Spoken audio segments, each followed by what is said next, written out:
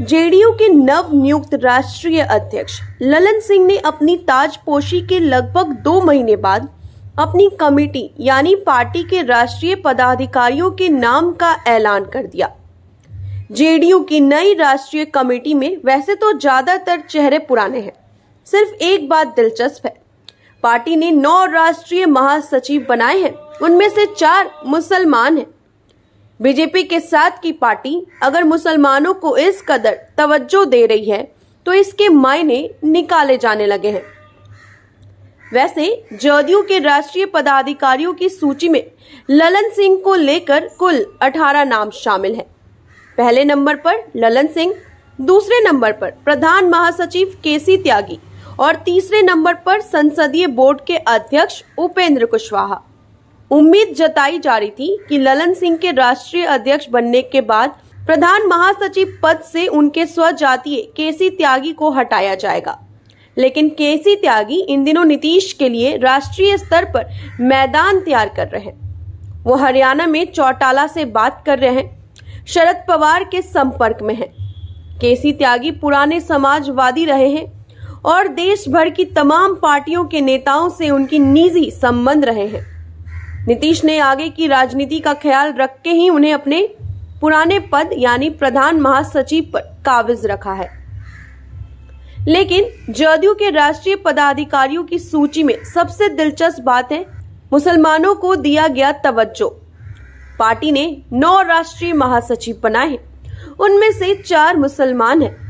कभी लालू प्रसाद यादव के सबसे खास माने जाने वाले अली असरफ फातमी के साथ साथ पिछले साल कांग्रेस छोड़कर जेडीयू में आए कमरे आलम जदयू के महासचिव बनाए गए। इसके अलावा दिल्ली में जदयू का काम देखने वाले आफाक अहमद खान और बिहार के गुलाम रसूल वलियावी को भी राष्ट्रीय महासचिव बनाया गया है। वैसे ये दोनों पहले से भी पार्टी में इसी पद पर थे।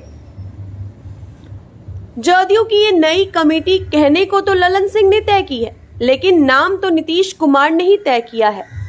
अब सियासी गलियारे में ये चर्चा हो रही है कि आखिरकार नीतीश कुमार कौन सी सियासत कर रहे हैं। नीतीश बीजेपी के साथ सरकार चला रहे हैं। बीजेपी और मुसलमानों का रिश्ता जग जाहिर है। बीजेपी के साथ वाली पार्टी को मुसलमानों का कितना वोट मिलता है या मिलेगा, ये भी बताने की बात नहीं है। फिर बिहार में बीजेपी की दरियादिली से मुख्यमंत्री की कुर्सी पर काबिज नीतीश कुमार मुसलमान नेताओं को तरजीह देकर कौन सी राजनीति कर रहे हैं। जदयू के एक नेता ने बताया कि ये आगे की पॉलिटिक्स है। दरअसल बिहार विधानसभा चुनाव के बाद से ही नीतीश कुमार बीजेपी से पल्ला झाड़ने पर आमदा है, लेकिन उन्हें कोई दूसरा रास्ता नहीं सूझ रहा। नीतीश कुर्सी भी नहीं छोड़ना चाहते हैं। फिलहाल नीतीश कुमार ने जातिगत जनगणना को लेकर बीजेपी के खिलाफ जंग छेड़ दी है।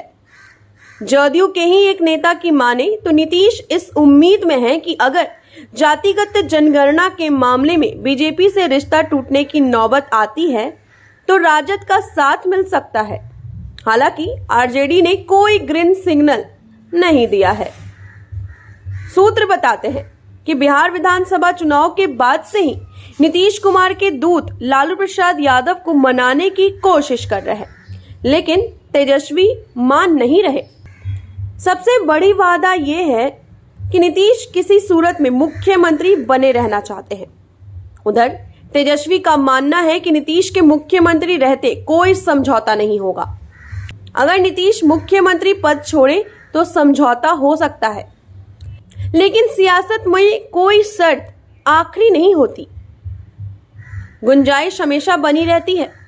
लिहाजा अगर नीतीश ये उम्मीद कर रहे हैं कि बीजेपी का साथ छोड़ने पर उन्हें आरजेडी के लालटेन की रोशनी मिल जाएगी तो गलत नहीं है। बिहार में क्या फिर से नया गठबंधन बनेगा?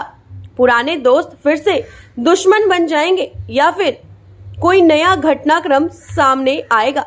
ये तो फिलहाल बता पाना मुश्किल है, लेकिन इतना तो तय है कि आगे आने वाला समय बेहद दिलचस्प होगा।